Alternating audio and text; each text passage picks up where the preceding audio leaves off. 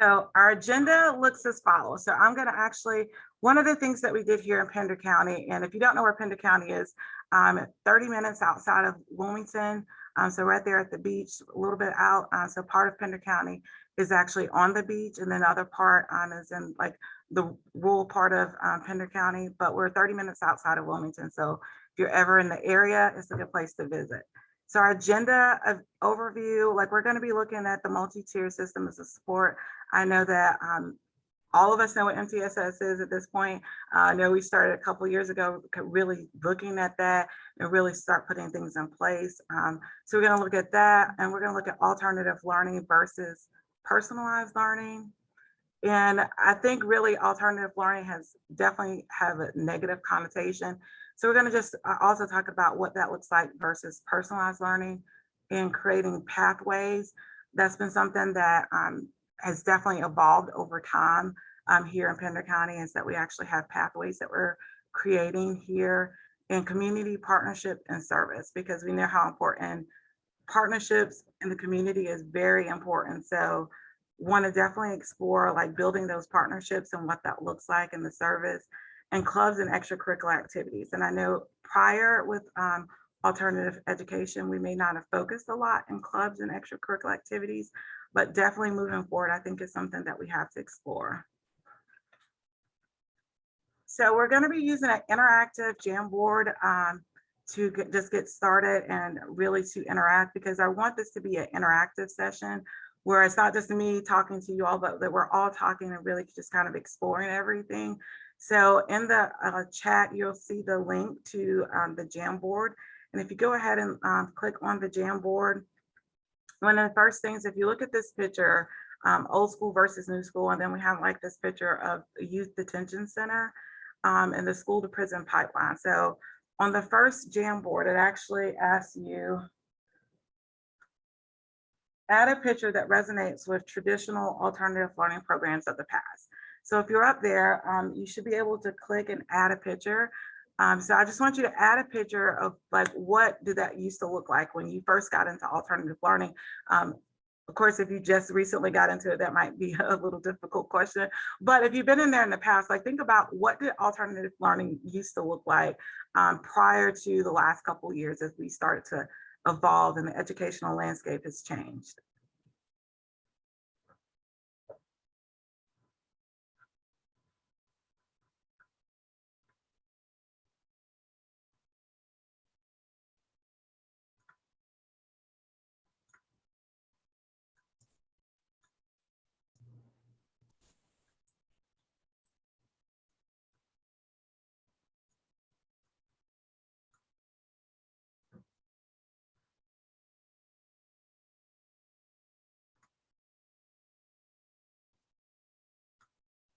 So if you're having a little bit of trouble, if you click on the little picture in the Jamboard, you can actually use a Google search, Google image search, and then you would be able to insert from there.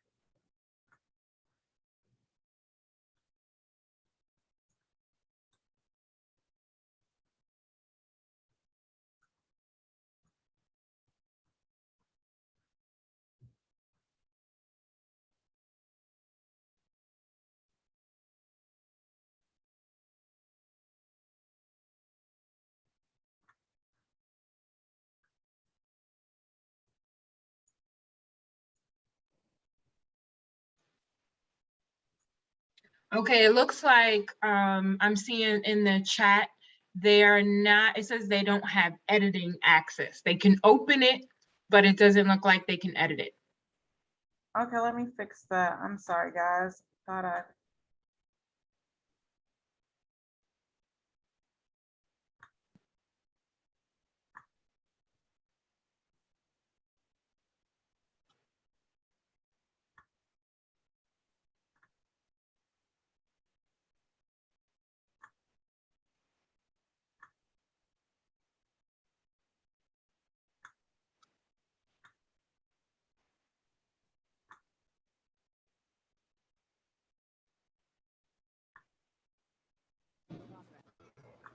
There it goes.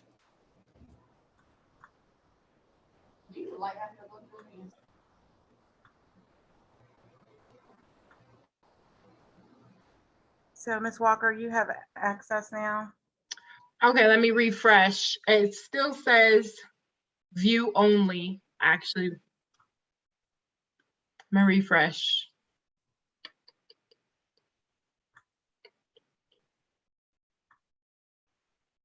I'm sorry, guys. I thought I did that correctly. So that's a little taboo on my, so I guess like I'm just gonna move on at this time. I don't want to waste time there. We do have some questions.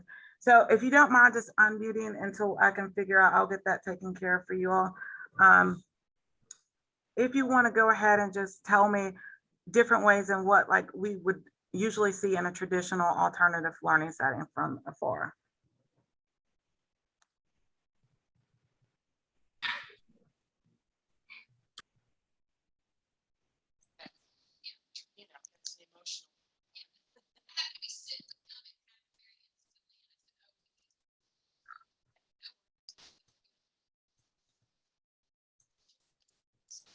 Well, I can actually answer, having worked in an alternative learning setting, lots of empty classrooms. Okay. And guys, I did drop it in the chat, the sharing the link, the direct link.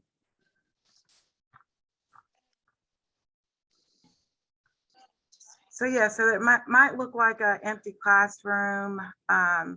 So in some of the traditional sense too, a lot of times when we had students come over to an alternative learning program or a school, then like most of the time it was because of behavior.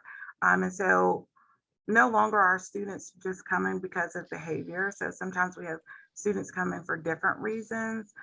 So and I know like in our school, like when we first started with the program, we actually just had one room where we just had students and it was just high school students.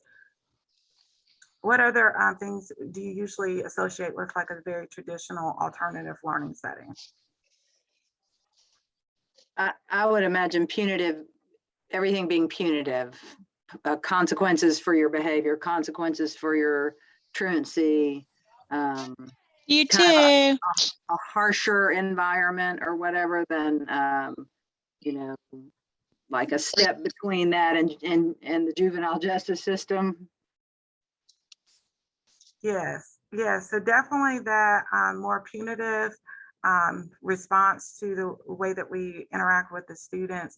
And I love that you, I don't love it, but like you're just thinking back and looking at this picture that when it has like the youth detention center here, and it's just like we're one step away from it. And so that was like one of the first questions. Anyone else would like to share about what like the traditional alternative learning setting has been in the past? I know when I first started, the students were all on computers. They did independent work most of the day. They were on Edgenuity. And that was if and when the behavior allowed for that to happen. So the relationships being built with the student, I felt like were not quite there because the atmosphere was just of you're here because you were sent here. And so now you're going to sit on the computer and do it. Yeah, I would also add sort of a withholding, right? A withholding of experiences and a narrowing of opportunities.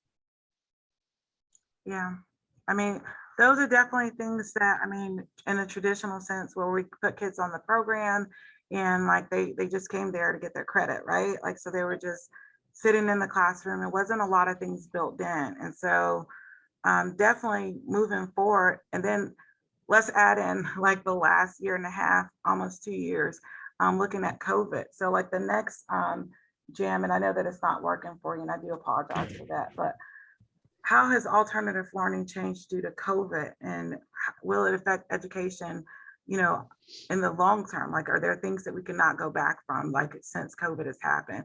And I think that's so important to explore, like what has happened with COVID and how that has affected all of our schools, not just alternative learning, but I'm definitely looking for some feedback there. I would say for us, you know, a really heightened attention to mental health issues. We are seeing kids with, you know, anxiety off the chains, the truancy. They're, you know, they're actually working a lot more than they were, and now, you know, trying to figure out how to balance that with school. So, you know, those are a couple things for us. There's definitely been the heighten of like mental health. Like I think that's come up several times already this morning. Just the heighten of mental health services needed for our students. Also, students are working. So yeah, that's a great observation. What other observations from COVID-19 and changes that have now taken place? I would say the students appreciate the face-to-face instruction more so than they did prior to COVID, because they were at home. You know, they value it more now. I think we all kind of value that. I think that's a good observation, that, you know, being able to be in the building and be with your peers, to be with your teachers, and to have those relationships. There definitely has been that heightened sense of appreciation for it.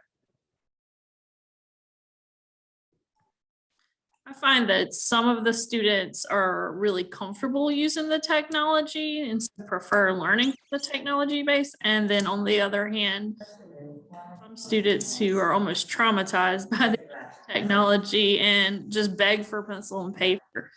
There's definitely that craving for attention that I'm seeing. Yeah, I mean, I'm at the Joseph's meeting and then I'm gonna come back. It's open though. I got it open. so yeah, Jenny, I was just thinking, like when you were talking about paper pencil. So have you seen, like, since students are back in school, that teachers are still using technology a lot, or if they're going back more to paper pencil? We do a lot of choice, so we kind of give both options. So within our building being so small, we're kind of consistent with allowing that. But I know in other schools, there is kind of a divided mix. Some got so used to the technology, and then some are like wanting to, you know, present back the old ways.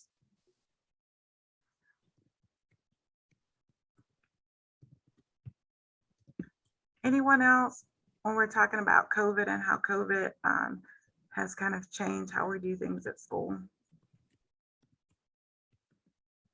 I think one thing that I can think of is like with our students now some of them having to work, and they're working not just for personal, like they're working to help support their family.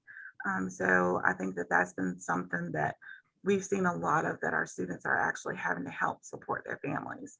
So that's another way that COVID has definitely influenced like our schools.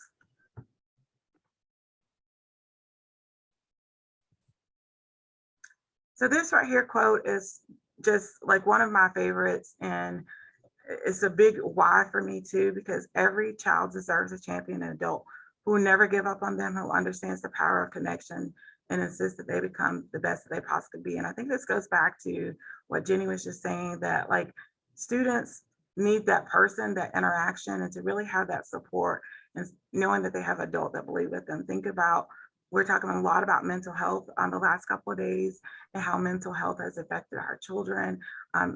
And just like the environment, we have a lot of students, like I've seen an increased amount of students actually going to, you know, be a part of day treatments, or having to go to facilities for long-term stays. So definitely we have to be behind our children. I think that everyone that is working in education, but definitely alternative learning, because it definitely takes a different group of individuals that can work with our students that are more at risk and really champion behind them. And I think that is something that's really had to change too, when we said that there is one step away from the detention center. Like we have to have that compassion, that grace for our students, and really build in that resiliency for them as well.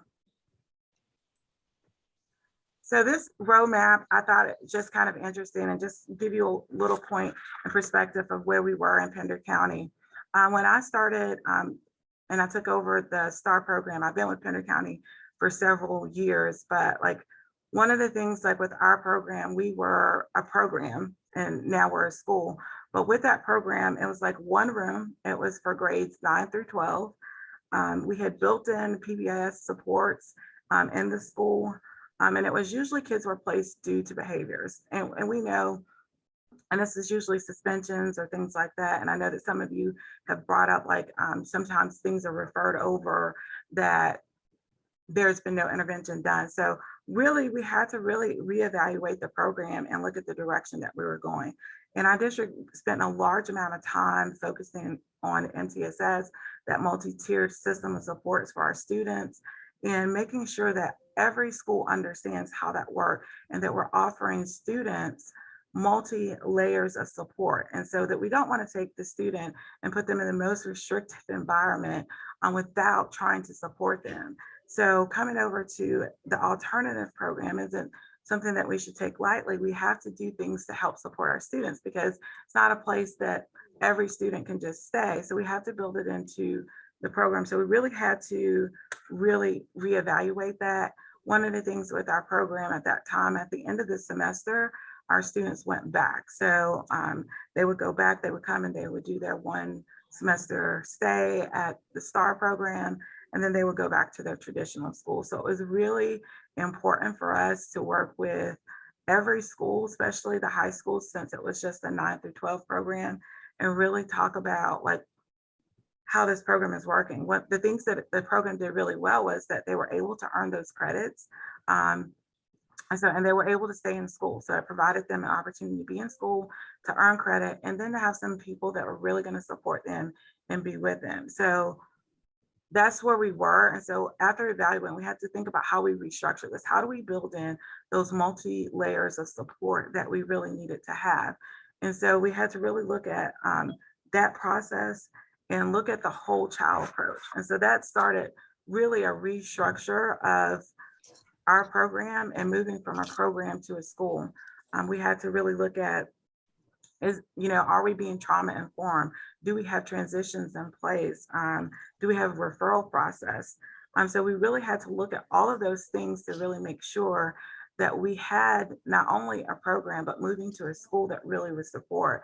And one of the things, and I'm not going to jump ahead, but we did have to think about, like, do we need another component? Do we need these pathways? And that's one of the things that we're going to be talking about a little bit later, is the pathways that we needed to support the new school and the changing landscape for our children.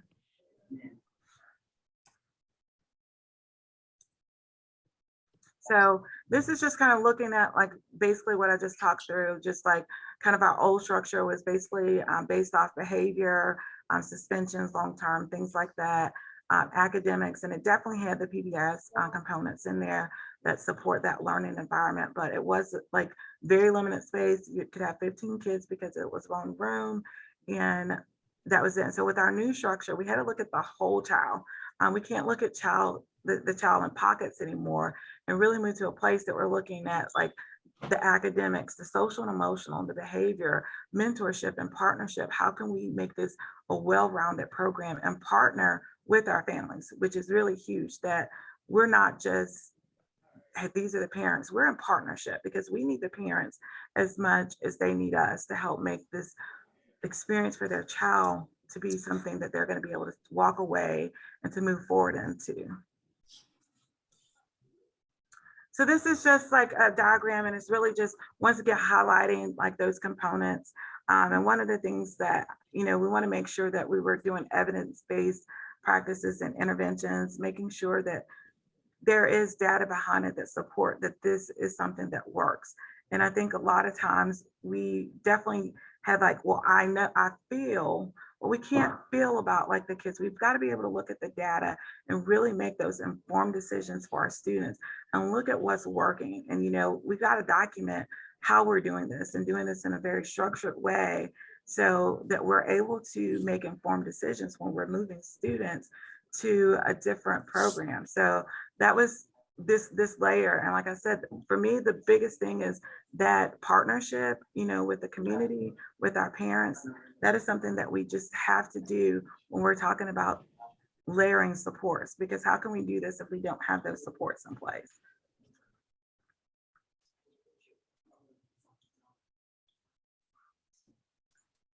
So moving into just talking about like some of the different parts of MTSS, so trauma and resiliency training, that was something that was really important for us to be able to have for our school to make sure that our staff understands that most of our students are coming from some form of trauma. And so one of the things that we did was partner with North Carolina Resiliency and Learning, and they came in and actually did a professional development. So that was really important for us to be able to make sure that we're partnering and actually learning how to support our students. And this right here, when we start talking about ACEs, and one thing I want to kind of differentiate from the beginning is like the difference between a trauma and the ACEs. Like, so trauma is emotional response to a terrible event, and that is also based off the perception, because for one student, it may not be traumatic, even though that they may go through the same experience. So when we start talking about our adverse childhood experience, I really like this map, and this is going to be so important to discuss, especially for us on the eastern part of North Carolina, looking at the 3 realms of ACEs. So when you're looking at the household, you're looking at community, and you're looking at environment. So when you're looking at that, I want you guys to take a moment to think about, what do you see most often in your schools? And I know that being in North Carolina, especially being on the coast, we definitely have some weather. And I think in other parts of North Carolina, things may look a little bit different. So let's just take like a minute or two to look at this diagram of the 3 realms of the ACEs and look at what you all see most often in your school. And then we'll just kind of discuss. And if you want to start dropping it in the chat, that would be great.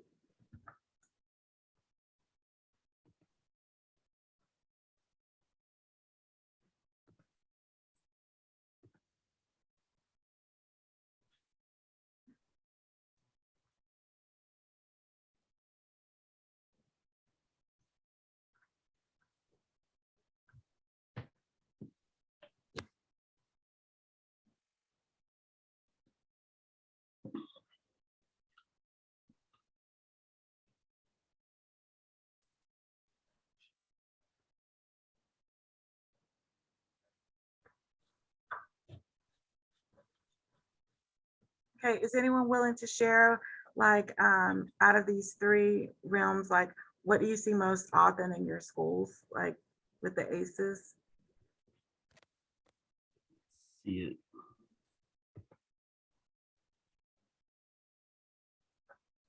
So Monica says most often household. Mike said most often all 3.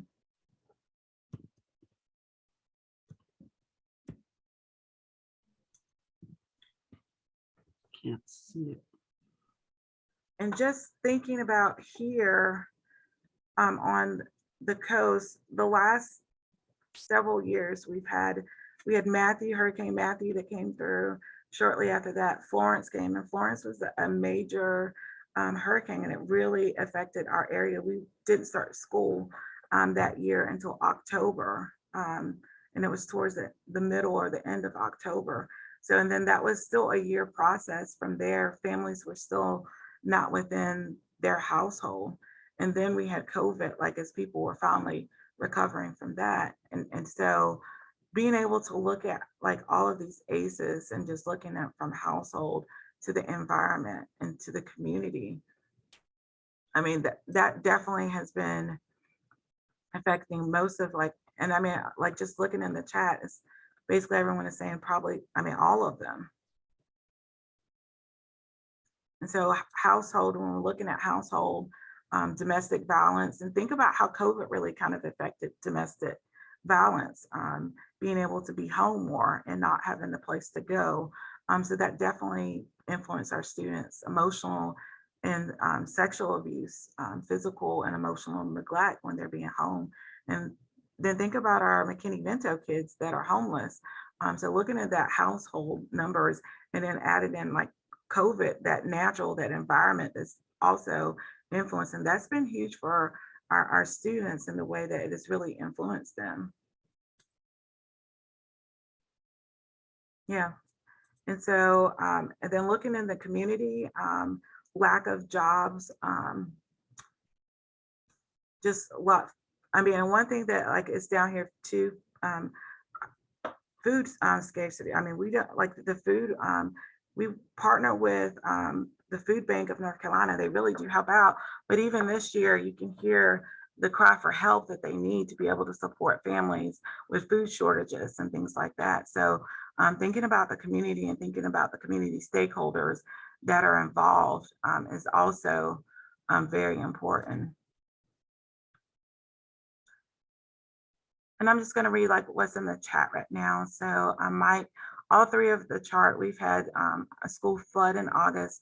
So we've had to relocate to one floor of a middle school on the other side of the county. We've had flooding and a lot of cumulative negative impacts from the pandemic. Wow. Yeah. And that's definitely been something that is, I'm sure it's hard working to be in another school and not being in your own building due to flooding and waiting for things to kind of transition back. And those transitions are never easy. And I'm sure that you guys are doing everything you can to make it work, but that definitely impacts our students and it impacts our teachers as well. Like when we're thinking about all of those things. And so I think that's the other side of it. We don't spend a lot of time talking about the way that it also affects our staff members. And so they've also lived through these experiences too, especially the last several years. So all of us like having all of these impacts and what that looks like is very important. So really just kind of moving forward to think about like, what does this look like? So sometimes this may look like either fight, flight, freeze, or fawn. So looking at this, and I'm sure you may have heard these, a lot of our students, they're fighting right now. I know personally, I have students that are really fighting. It's been harder to get kids placed in a stable like foster home. Like there've been, even thinking about placements into facilities for long term. I've had students that have been on a waiting list for months and like they're being denied. So just all of those kind of things. And so when we look at our kids and what that looks like when we're in here in the classroom and in the school building, what does that look like? So sometimes that may look like a fight for them. And so we have to be very aware. And this is why it's so important to have a staff that is trained, that is aware, because it really is a mind shift. Like we have to shift away from that this is a bad kid, because there are no bad kids, there are bad choices, but there are no bad kids.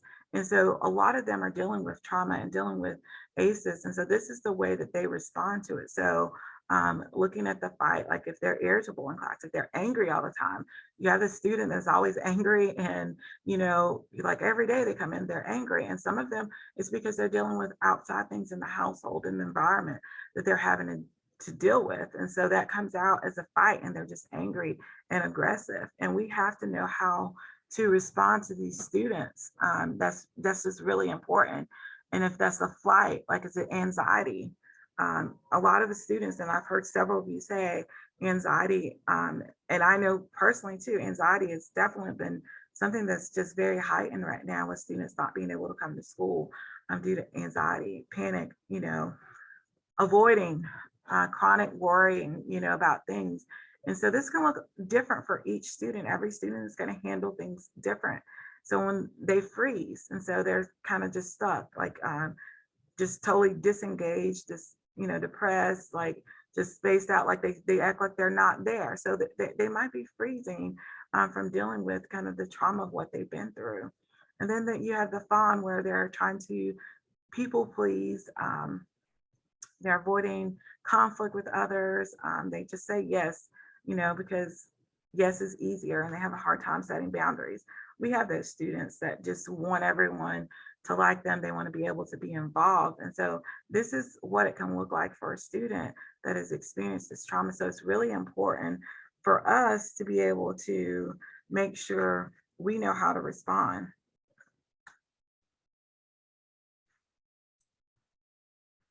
So the 6 guiding principles to trauma-informed approach, like I said, the trauma-informed approach is definitely a mind shift. And I think like for staff members and for people that are going to be working, whether it's the social worker or the counselor, it has to be the mind shift. And these 6 guiding principles here kind of help make you aware of what that trauma-informed approach. And I'm sure that in every one of the alternative schools that there's some form of trauma informed that we have to be at this point, because we're no longer just like, okay, this is just a bad kid and we're just doing this.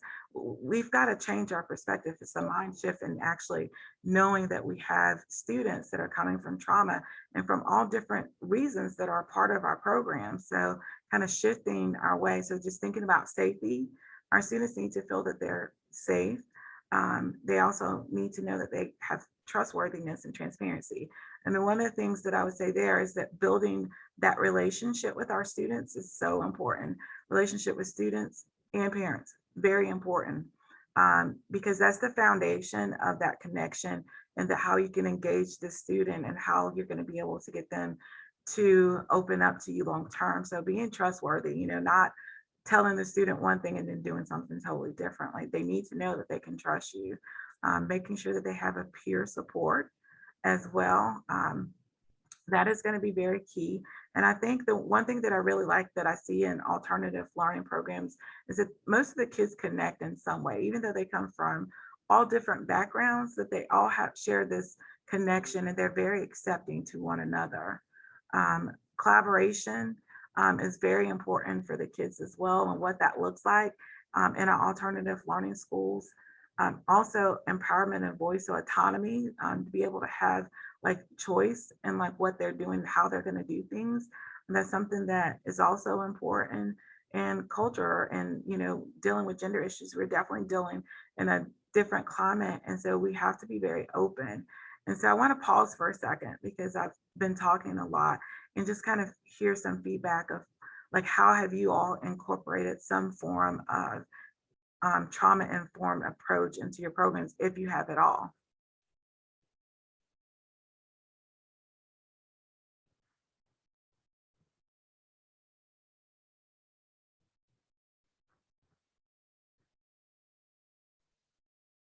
So I'll share. We actually have gone through a 2-year certification of becoming trauma skilled through the National Dropout Prevention Center. And it's been pretty remarkable in terms of the change of culture, the change of practices, the use of more restorative approaches,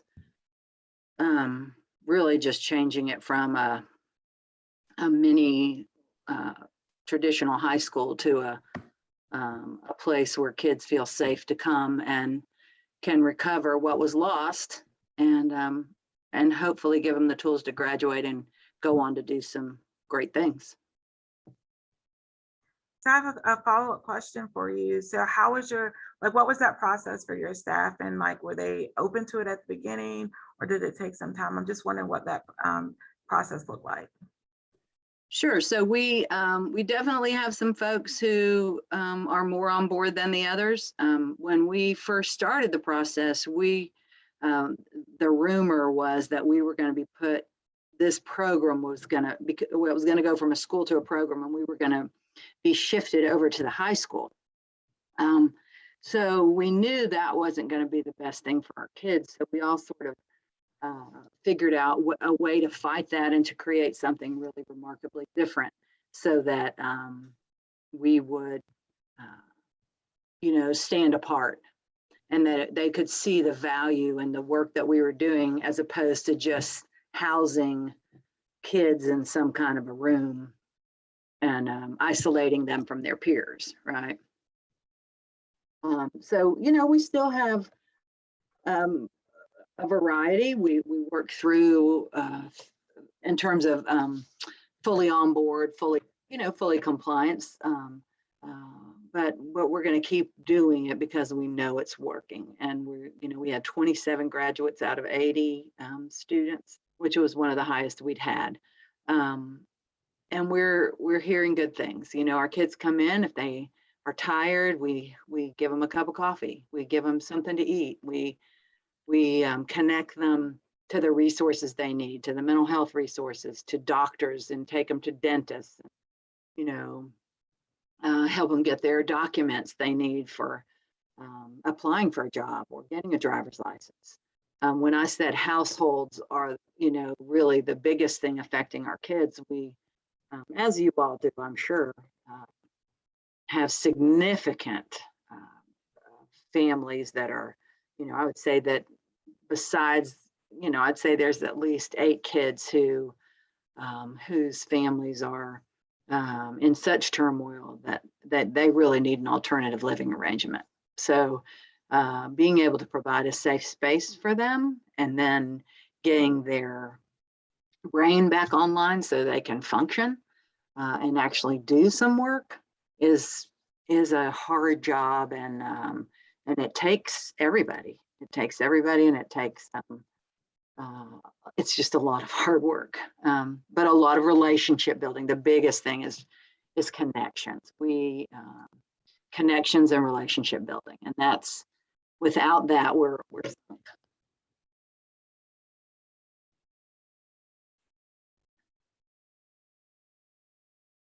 Absolutely, I agree. Connections and relationships are so important, to be able to help the students and help the parents really make those connections and move forward.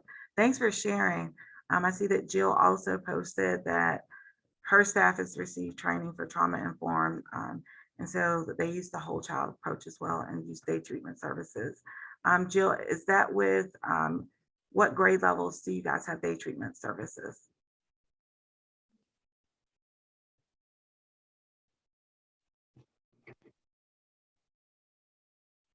Let me see, we have the ability to serve K-12 students, but currently we only have 6 through 8. And maybe it's because the regular schools are getting trained on trauma-informed approach as well. So we don't have as many referrals as we used to have. We used to have up to 40 students, and now we're at 6. So maybe that's the regular schools are able to deal more with the whole person and all of their situations that surround them and cause them to have issues that affect learning. Yeah, so is that a district initiative for the trauma informed approach? Yes, we're in Carteret County, and all the staff have to, at the beginning of the year, take webinars and trainings at the beginning of school about mental health for students, sexual abuse, sex trafficking, all of these other scenarios. That somebody asked about the day treatment services that are on campus here. This is LaCris Day Treatment. There's plenty of mental health services that are available in your area. It may be LaCris, it may be a different one, but they are housed, their office is right here in our building. So the students get this assistance while they're here at school during the day. That's awesome. So I like that definitely was a district approach, especially with everything that's happened for all of our students the last several years. There is a lot of trauma. And so really having that approach for our students moving forward is so important. So thanks for sharing, Jill. Did anyone else want to share about ways that they've kind of incorporated that into their schools and program?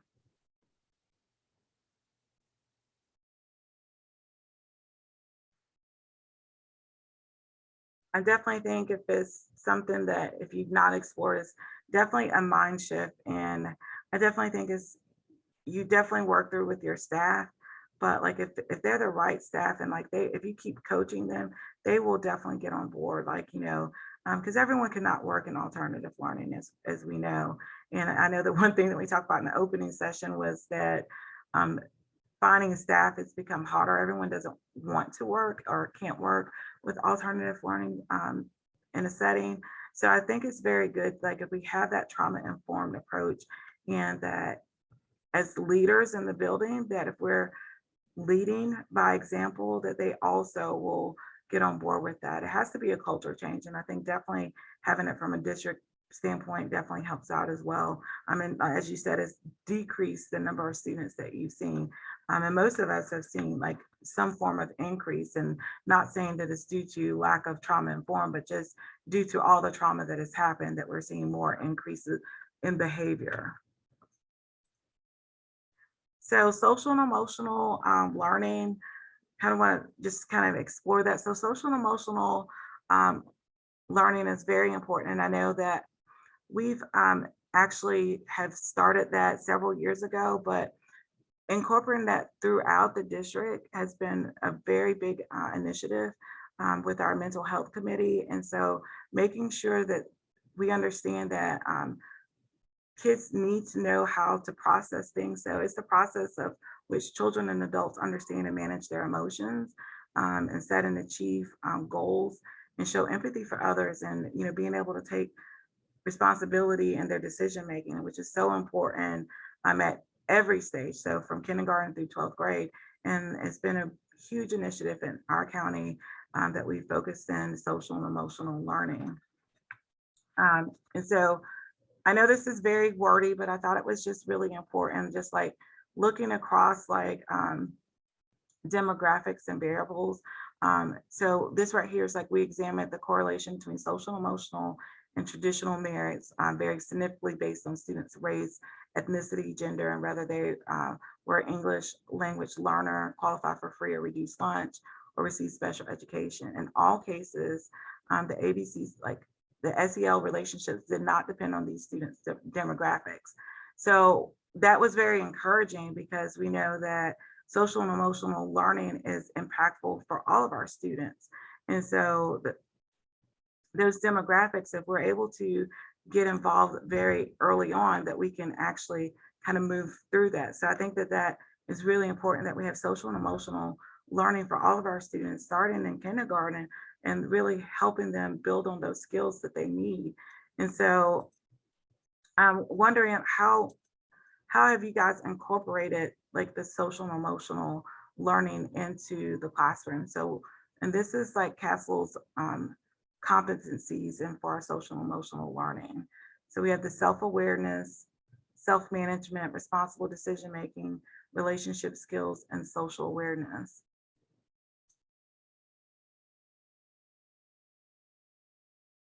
And Lisa, thanks for sharing that you guys have partnered with NC Resiliency Training as well, and growth mindset training. So yeah, those are all really great things. And I absolutely love working with them. That training has been so helpful, and the staff was very appreciative.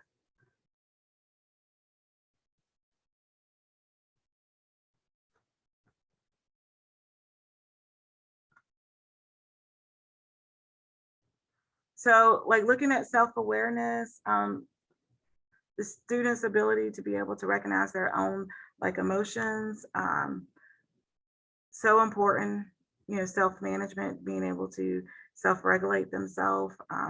That's something that we definitely work a lot on. Social awareness, being able to have empathy for others. Think about how much social media has influenced education, from TikTok to Facebook to Instagram.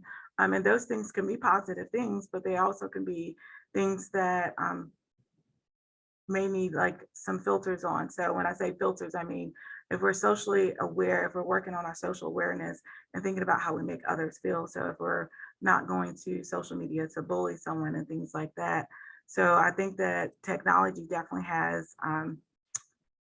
influence, like how students engage with their social emotional competencies here. So when we're looking at that, what ways do you guys like work this into your curriculum at school, especially like with your relationship skills? Like that's so important, because we do know too with technology, sometimes students aren't able to connect as much with people face to face because they're used to being on like some device, because our kids, they've had a device since they were born now. And so how to build those relationship skills.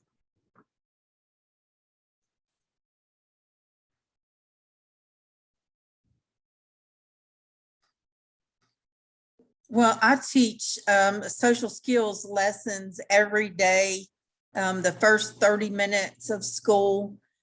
We started with self-awareness being the beginning of knowing what you're feeling, identifying those emotions.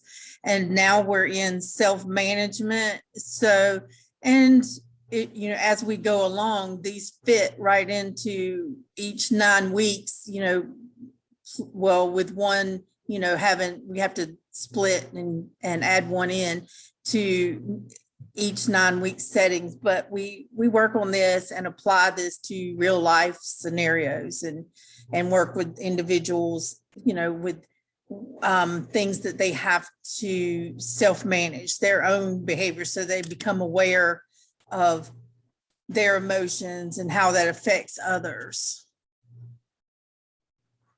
I think that's cool that you're able to incorporate that in like into the 9 weeks. Are the students really responsive, engaged in it? Oh, yes. As a matter of fact, they're very quick to point out when I am being closed-minded and not open-minded. And so they're very quick to say, you know, Ms. King, you need to make a different choice here, you know, so they use it against me. So that's fine. That's good. They're paying attention. Well, that look, at least they're paying attention and they kind of know what's going on. So I think that that's really important. That's good that they're so engaged. And I think relevancy is very important, that it's relevant to them and what they're doing. So I'm looking in the chat also to see what some others have said.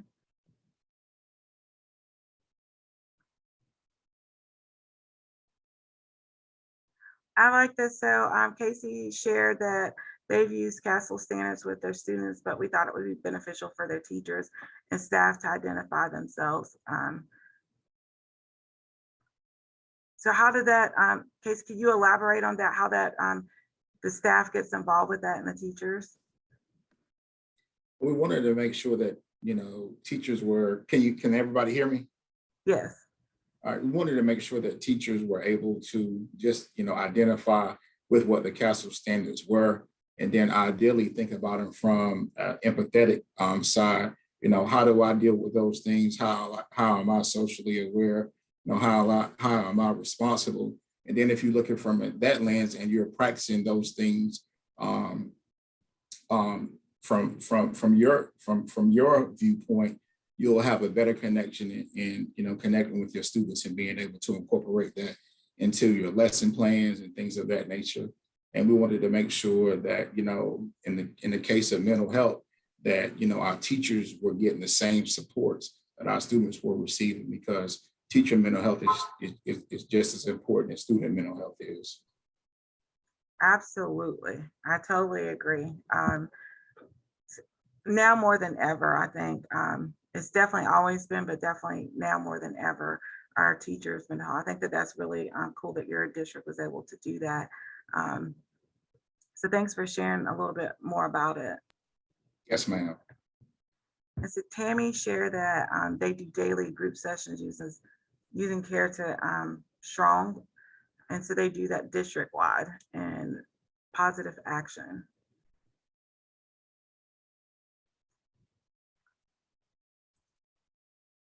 And so we also in our district, so I was just going to focus on what we do at Pender Innovative. I know as far as the district, we actually have, they're using Second Step for SEL throughout the district. And we're actually, we started several years ago with our Care to Education that really encompasses our SEL components. And we're really, the students participate here at the school daily. And so it's also included in part of their transition portfolio. So they have coping skills that they work through, goal setting, personal reflection, all which is very important for our students to be able to work through, especially most of our students, they need to know how to cope. And so not just identifying their coping skill, but actually be able to put it in practice. So that's something that we include in part of their transition, that not only can they identify their coping skills or strategies that they have in place, but they actually be able to use it like when there's that time that they need to be able to. And there's going to come that time, as we know, they're going to have to use it. And so goal setting The kids have to goal set with their lessons, and also goal setting outside of like just school, but like their personal goals and things like that, and personal reflection. So we do that through Care to Education. And we have multiple pathways. So we also use like a base program. And so this can be more independent and intervention based for the student, but always, always, always, it has to be that reflection piece with the teacher. Like I don't believe in that you could just put a kid on a program and say, fill this out, and then there you go. It has to be something that you are able to work through, talk through. The students are able to give that feedback and you guys be able to discuss. So we like to use the Care to Education so that we can interact as a group, as a large group. And then if we need to use something more on an intervention, then we can do that as well. But we still talk through all what that looks like. So I don't think that we can stop talking about MTSS if we haven't talked about positive behavior intervention and support. And so this is kind of a picture that kind of reminds me of what alternative learning kind of looked like in the picture. And this is a very old picture too. And it says, we can't afford to save this one, but don't worry, someone will catch him. And that was kind of the old mentality for alternative learning. And I'm sorry, my lights, they go out if I don't move a lot. So if you see me waving my hand, that's the reason why I'm waving my hand. So in this picture, basically it's dropping down to gangs and like, basically once again, talking about that pipeline to prison from the school. And you can see there, they're dropping from the alternative learning school. So we have to do more now to be able to make sure that we're supporting our students so that they don't become part of that system. Like, and I think that alternative learning has grown in such a way that that's what we're doing. We're kind of cutting back. Like we don't want our students to go there, and we try to save everyone. Like we don't want any one kid to get away. So we don't want to just drop our kids, or like we follow up. We want to make sure that we're there for them. And so and I think, like I said, our program had always had PBS incorporated. And so these are just some of the frameworks of PBS. All children can learn good behavior. All children can learn good behavior. Yes, all of them can, not some, all can. Like I said, there are no bad kids, they're just bad decisions. And so if we intervene early, that we're able to help the kids and be able to turn that behavior around, to help them make better choices for themselves. And that's using that tiers of support once again. Problem solving with the teams and the individuals. So whether that's the social worker, whether that's the counselor, and all working together, student support, the teachers, the parents. It takes a collaborative effort to be able to support our students. And so that's what we want to be able to do. And so we definitely have incorporated all of those things into it. And so we're going to monitor our students. Once again, looking at the data, looking at what the progress shows. And so we give them goals and we set goals, and we don't want to set goals for students that are not realistic. It has to be relevant. So we're making them smart, that they can actually achieve those goals. It's really important. Sometimes people are like, oh no, I want them to be here 100% of the time.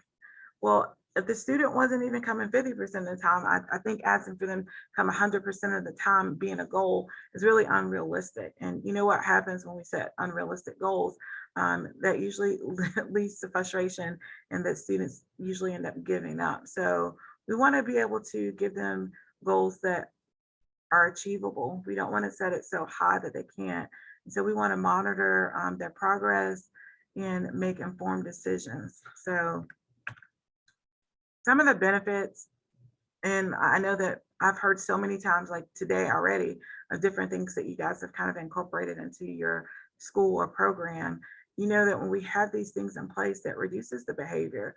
And I think it's always interesting. People like, oh, like they earn food.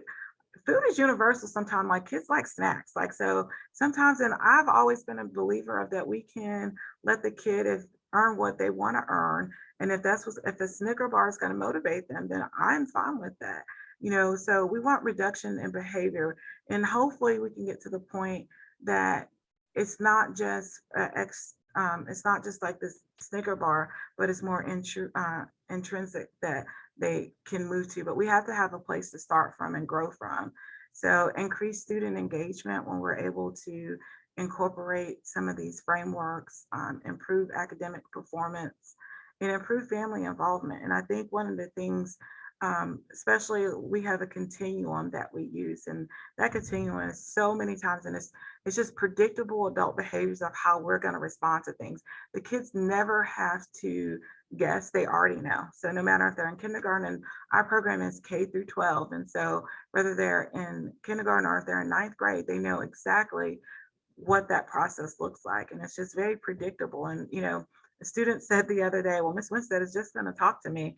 And yeah, that's right. And I feel good about that, because you know that we're going to have a conversation and that we're going to sit down and we're going to reflect and we're going to work through things. Like, my job is not to yell at you. Like, that's not going to help the situation. So when we have these things put in place and we have predictable adult behaviors and we have positive reinforcements, then we're able to see increased student engagement, academic performance increase, and improve family involvement. And I think one of the things that I want to kind of highlight with improved family involvement, I know a lot of times, especially dealing with our most at-risk kids, sometimes we don't get the parent involvement that we would like. And I think that that's been something that we definitely been working on, that we want to improve that family involvement. And so partnering with that family. And I think the more that we've included them, the more feedback I've been getting from the families, and they've been really involved and wanting to get involved and help out with different things.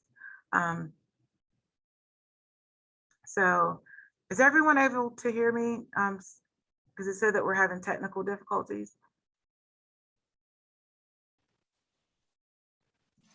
I lost my connection a couple of times, so I've been in and out. Okay, I just want to make sure everyone else could hear. I'm sorry. So I think that making sure that we have that family partnership is so important as well. So before we move to the attendance, do anyone want to share anything they've done with PBIS in their schools? Anything that's worked really well for the whole group?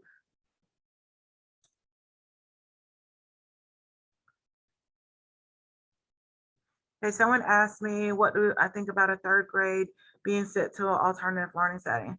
And I think that that's going to just depend. I think that looking at, because I am a K-12, and so I do have several third graders with me right now. I think it depends on what the needs are and what the school has done in response to the needs. And I think the most important thing is that we're not moving kids to the most restrictive environment without putting supports in place. So have they put together a plan that they're following back up, like they put interventions in place? Have they updated, you know, if the intervention didn't work, did they try something different? Because alternative settings for most schools, they're going to transition back to their base school at some point. So the schools have got to be able to put things in place, interventions and supports in place for that student, because it's not a place that you go and stay forever. And absolutely, with our elementary students, our goal should always be to intervene, to get interventions and supports in place so that they can transition back. There should be no third grader staying in alternative learning until their 12th grade year. We definitely want to help them get the supports and get the skill sets that they need to be able to transition back. So I think it really starts at that school district level as well. What kind of supports are in place? What kind of documentation are being required? I know for us, like, we actually have a referral process, and we have the MTSS chair that actually is evaluating and looking over it, not just me. We have our behavior specialist that also works with me as well. And they're going in and they're doing observations, they're looking over things. So it's not just, hey, I did this. Was it an intervention? Was it evidence-based? Like, you know, with the things put in place. I think that we have to, it depends. You know, my students that are here, they need to be here, and we're working on helping them develop the skills that they need and closing the gaps that they have so that they can transition back.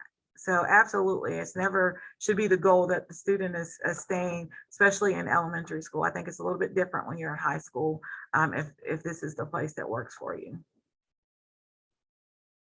And so, Jill said that they're considered to be a tier 3 for their elementary students. So definitely, like when all the other supports have not worked, then once again, we just have to be very mindful that we're putting the student in the most restrictive environment in the school setting. And I think that's why we have to also kind of reimagine what we're doing with alternative learning and the things that we put in place at our alternative learning school, because we're going to have some students that are going to come for a period of time, and what kind of things that we put in place is very important and impactful for them. Did anyone else want to share anything about PBS or anything else they had in place?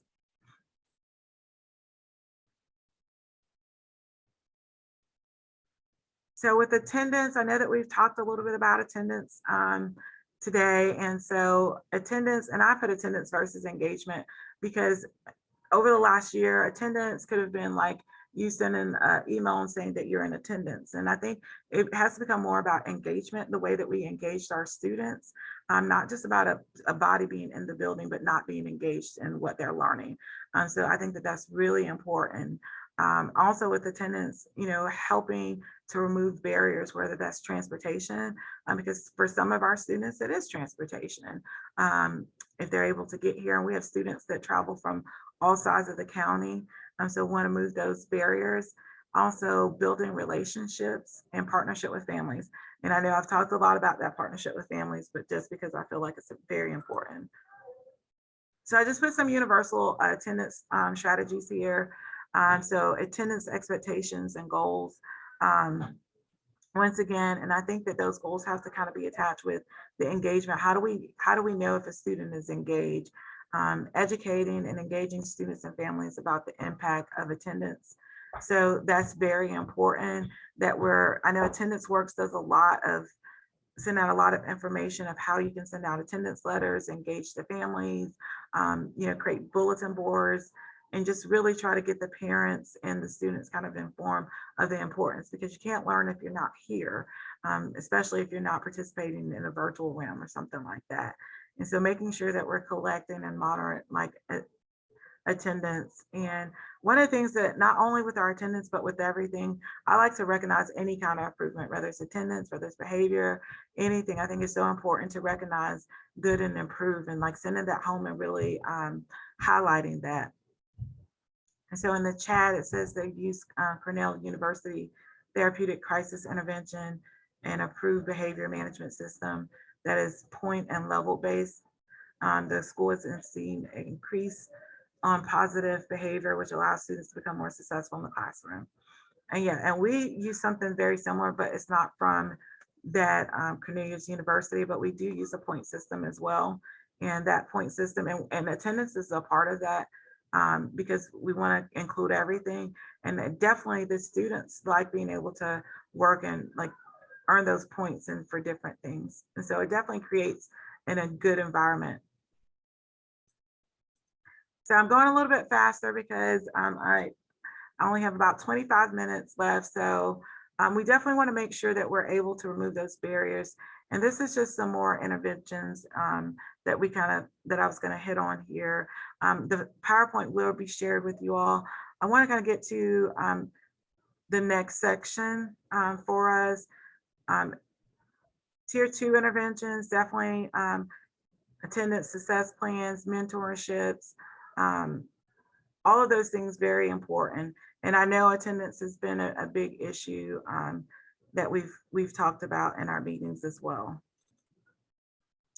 So one thing that I want to kind of transition to, and this kind of takes us into that last session, personalized learning is the educational approach where we're really focused on the students' needs. And so that's been something that we've really focused on at our alternative learning school, that we make it a personalized learning experience for each of our students. And so we try to make sure that it's student-centered, not like teacher-centered, so that we're, increasing their learning ability. We're being flexible. A lot of our students are working now. And so some of their schedules have to look different, and some of that is having a hybrid schedule.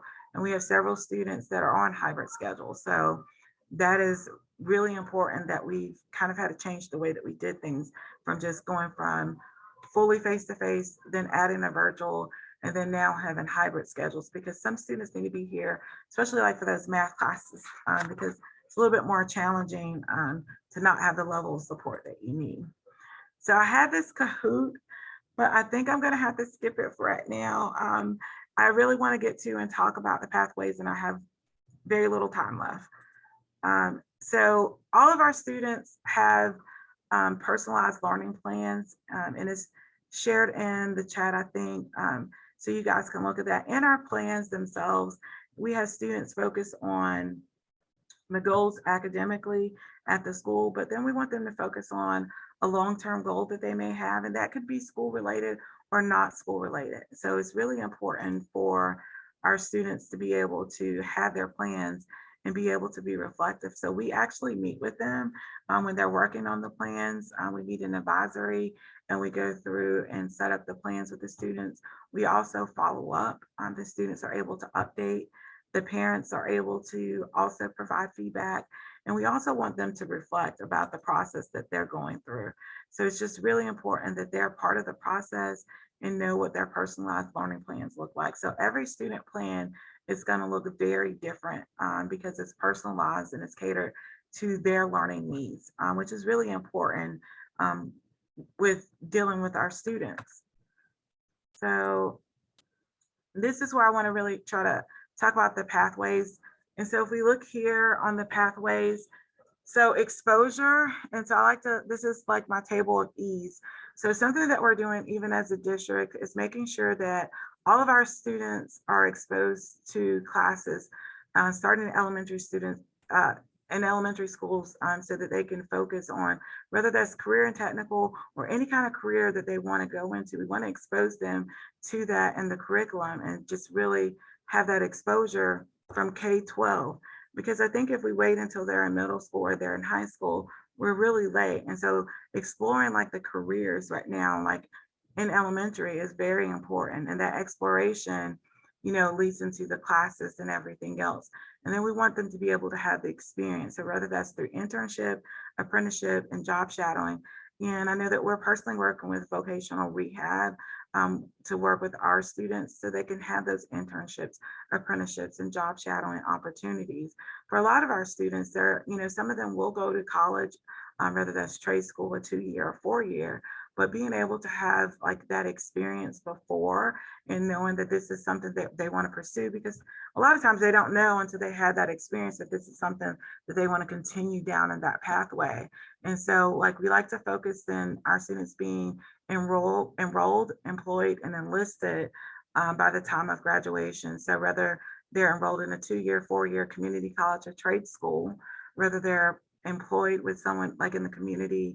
I mean, so that's where those partnerships are really important with community, that we're making those relationships and kind of bringing them in and meeting with our students so that our kids can walk away with a job, walk away being enrolled in school or being enlisted, rather that's going into the military. So we really want to expose them to all of these experiences. So like when they graduate, they're one of the three, they're either enrolled, employed, or enlisted. But before then, we have to expose them, have the exposure, to have the exploration and the experience. And so that's something that we've made a priority to incorporate as a district. And so this is like our pathway here. So looking at our school right now, we have K-12 in the STAR program. And STAR really, it stands for Students Taking Alternate Routes. And if you look there, STAR also has day treatment. So every STAR student is a day treatment student, but every day treatment student is not, you know, I said it backwards. So every student is a STAR student, but they may not all be day treatment students. So right now we have just under 15 day treatment students, but we have around 40 plus STAR students. And so, and then we have the virtual route as well. So we have about 270 right now, and that's largely due to still a kind of a response to COVID, but we had a lot of students return because they did have that appreciation of being in the classroom, being in there with the teacher. But we do have about 270 students right now on this in a virtual pathway as well. And so this is what makes up our academy. So we're a little bit different than maybe some other programs, but it all works together, and what we're trying to achieve here in Pender County. And so star students, and the reason it says grade 6, 12 here and not K-12. So our K-5, if they're going to be a part of our star students, that they also are part of day treatment, because it's like that question that was asked not long ago: should a student be placed at an alternative setting? And it depends, right? So, and with that dependence, it's like that they need that highest level of support. And so our kids are also receiving day treatment supports if they're in the elementary setting. So all of our elementary students are receiving day treatment support. Now 6 through 12, the student could or could not be receiving day treatment support. So that just varies. I have the referral form here that I wanted to show you all, and I know that it won't let you all open it. So I'm gonna show, it's a referral process, and you guys will be able to access that once I send that to you in email. So you can just kind of look at what we've put in place and kind of highlight it for. I'm just gonna pull it up. So here is what our referral, and it may be too small for you to read on your screen, so I do apologize for that. But basically, we have a student success partnership agreement that's been outlined by Pender County Schools, and I've worked with our MTSS administrator to make this referral form to make sure that we're following all of the things that we need to follow for MTSS. And so this form is what goes to the school if they want to refer someone over for the STAR pathway. And this is totally separate from day treatment. A STAR student does not have to be a part of day treatment. And so the things that we look for is like that they've had supplemental interventions and intensive interventions. And it lines it out like here, the things that we're looking for. And it talks about like a classroom observation, because we also want to make sure that the environment itself is not the issue. So we try to make sure that we're being diligent and doing things with fidelity, and making sure things are being done with fidelity, and going through and making sure that we have a process in place. And you can see for behavior intervention plans, or FBAs, those are also going to be included. And one of the things that we definitely had to add to our referral process was that EC services be included in that process, because sometimes school would send a student over and the EC department knew nothing about it. And so we really had to work together as a team in instructional services to make sure that we put together and we all work together and make sure that everything came together. So it's a lot of information on the forefront that has to happen. And so like, this is all things that they have to checks and balance it. We want to make sure that we've done everything before we move the student over to the most restrictive environment. So this is our referral process, and I'm not going to be able to show you the whole thing just because I have to go to the next and I have to fill it in. But like you can see there, one of the last questions is: the students is receiving exceptional children's service, have you discussed the referral with them? Because that was a problem prior that we definitely had to make sure that that was being discussed with them. So any questions, because I've been talking a lot. I know that we don't have a lot of time left, so I'm just trying to make sure that I can get through the rest of this. But I do want to make sure that if you had any questions about our referral process or the referral form that we put in place.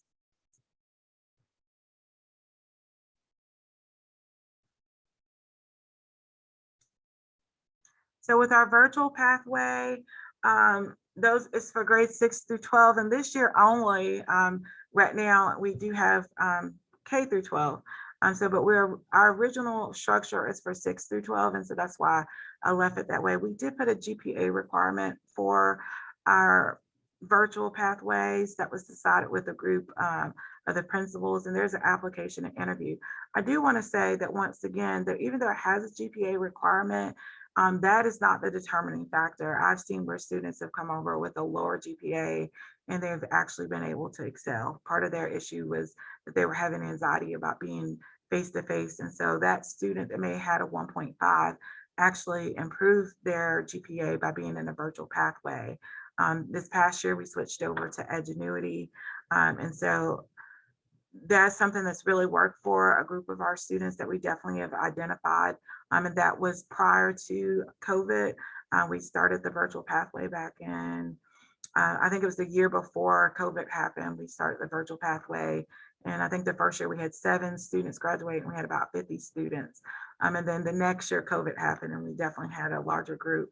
And you see our numbers now around 270 for our virtual pathways.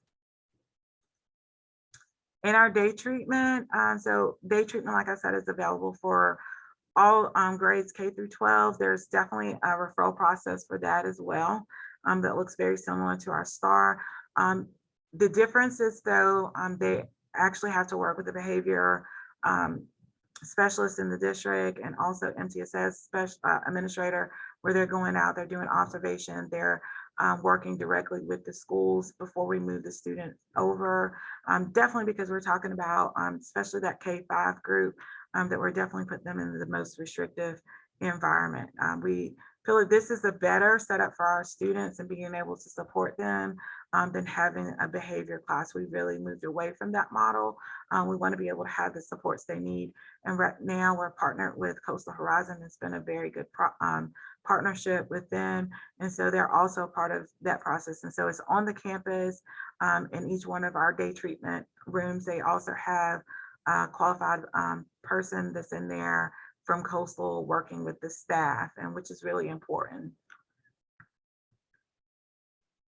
Do you guys have any questions about the pathways? The last part, I'm just gonna talk about like the partnerships in community service. Any questions about day treatment, the virtual pathway, our STAR pathway?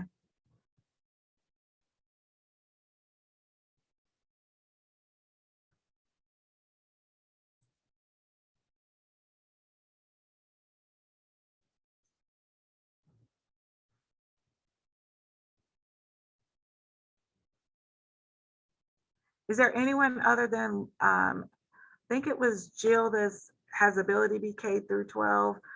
Is there any other K through 12 day treatments?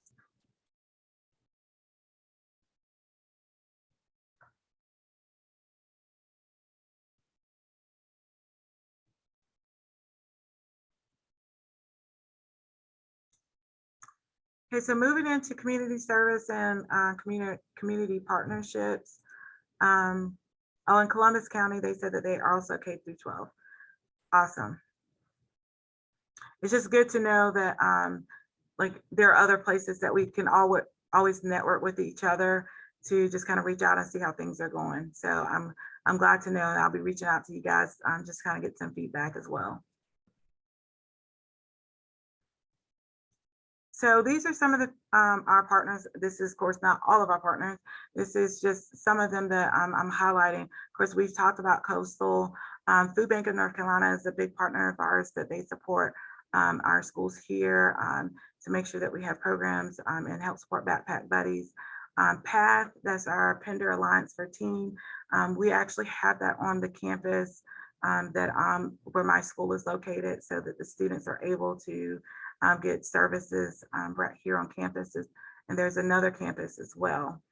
Pender Christian Services is also partnered with us to help with food and things like that, and other opportunities. We've did grants together. Communities in School has been huge for our schools, and I currently do not have that partnership, but that is something that we definitely talked about for my school in general, that it would be a good way to go in the future. And the N is for Northside Church, that has been a great partner of ours. And so when I'm talking about that partnership, so we actually did a farm to table grant, and on my resources that I've shared with you all, we actually were able to purchase a hydroponic for our students. And so like this is pictures of them just kind of germinating, and then like the plants as they've grown. And that is really important, because for our students to be able to have that community service and that time away from just thinking kind of about them and to focus on something else and to be able to help out in the community. One of the things that we are working on, and we're not able to do last year, but looking to do this year, is open up our farmers market with the other high school and with the elementary school to be able to give out some of the plants that we've grown, the different foods that we've grown in the community. We have shared those with the culinary art classes where they're cooking and things like that, and we've actually used it ourselves. So that's been a very great experience for our students to be able to participate in that grant, and we're actually gonna try to get that grant again this year, because we really want to expand upon it. It's been something that our students have responded really well to. So definitely would like to keep going down Here's another picture of just like when they're harvesting some of this, and you can see some of the veggies there. The other thing that we've really done and partnered with is open a food pantry. And our students actually, our middle school students are actually doing this as their community service. And so we have students, we have partnered with, area people in the community, but a lot of times the food that we're getting is not enough to just support our kids. And so that we're able now to be able to provide that added layer. So we're very grateful for the layer that they give us, but now we're able to add another layer to the students and to help out the different schools, and especially some of our schools have some high needs. And so this is not just for our alternative learning school, it actually goes out throughout the district. Our middle school students pack the backpacks up. And so if you look at this picture here, they're packing it up. Like we set up assembly line in my office and they pack everything up, and then the psychologist comes and picks it up, and there's some drop offs and everything else. But they take great pride and ownership in being able to service and help out other students. So I think this is another great way to keep our students involved in having them do things and be very reflective in practice. And so the other things that we've done, like we've sent things out to the soldiers at Christmas time. And like, not only do we send cards, but we usually send foods like boxes and things like that. So we're very heavily focused in community service, and every one of, whether it's elementary, middle, or high school, they have to have a community service projects. And it's up to the teachers and that students, like what they're going to be able to do. I'm just very grateful for the middle school that they really enjoy being a part of the Backpack Buddies, packing and working with the pantry.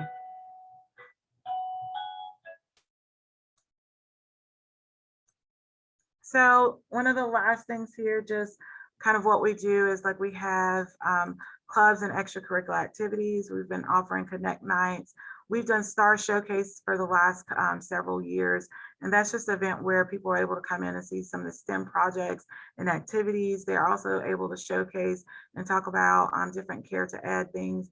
This year we've added yearbook, which we're really excited about. And so grades 4 through 5 will be able to, at elementary, middle school, and high school, be able to participate in that. So that's been a very welcome addition. Once again, we're trying to keep all of our students engaged. And so those are different things that we've added to just be able to connect with our families and offer the students something else to be involved with.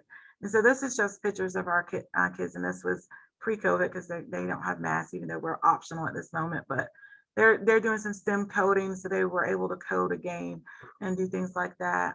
We've also done drones and different things like that during that time. So they get to participate in STEM twice a week. On Fridays is our career and development time, where they're either focusing on major clarity or they're doing some other kind of activity focused in career. So we really want them to be focused and aware of kind of what's going on.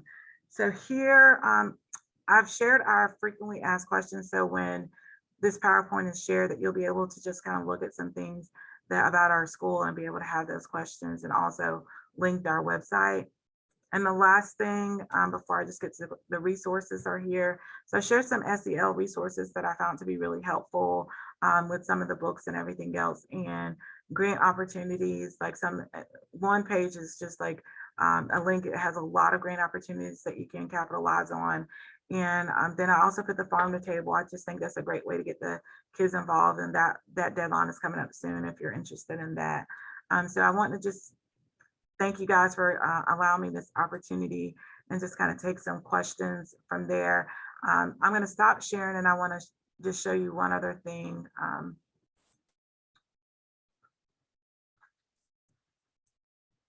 So I also want to say these books are included in the link for SEL. They're a free resource for you all. And so I think that would be very helpful for you guys to just like click and link on those, just learning about how to help your traumatized. And if you're really trying to put things in place for your school, that this is a great opportunity. Like I said, you can get these books free. And I did put the links in there with the PDF as well, but you can get those free for your school. And these two books are really good too. So Reaching The Wounded Student has been a very good book to read as well. And they sometimes do conferences down in Myrtle Beach. They haven't in recent years. And you can actually take it as a class. And then 7 Ways to Transform Lives of Wounded Students. Also great, very easy read, but very helpful and informative. So do you guys have any questions for me?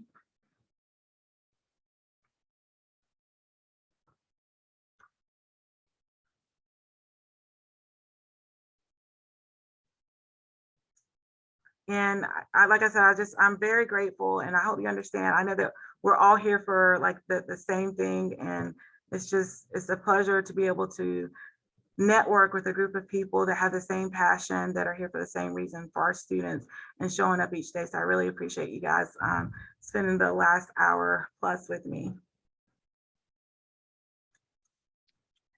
Thank you so much, Asia. That was wonderful. So thank you all for joining us. We got a lot of information from that session.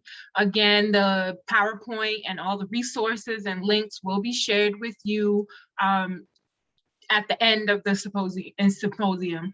But thank you so much. So enjoy a break, and we hope to see you all back at 1 o'clock for resiliency in the face of stress. And don't forget to go to Sketch and complete the evaluation form for this session and the form that you'll get for the overall symposium following the end and the close of the symposium. Any questions before you leave? If stay behind and ask. If not, enjoy your break.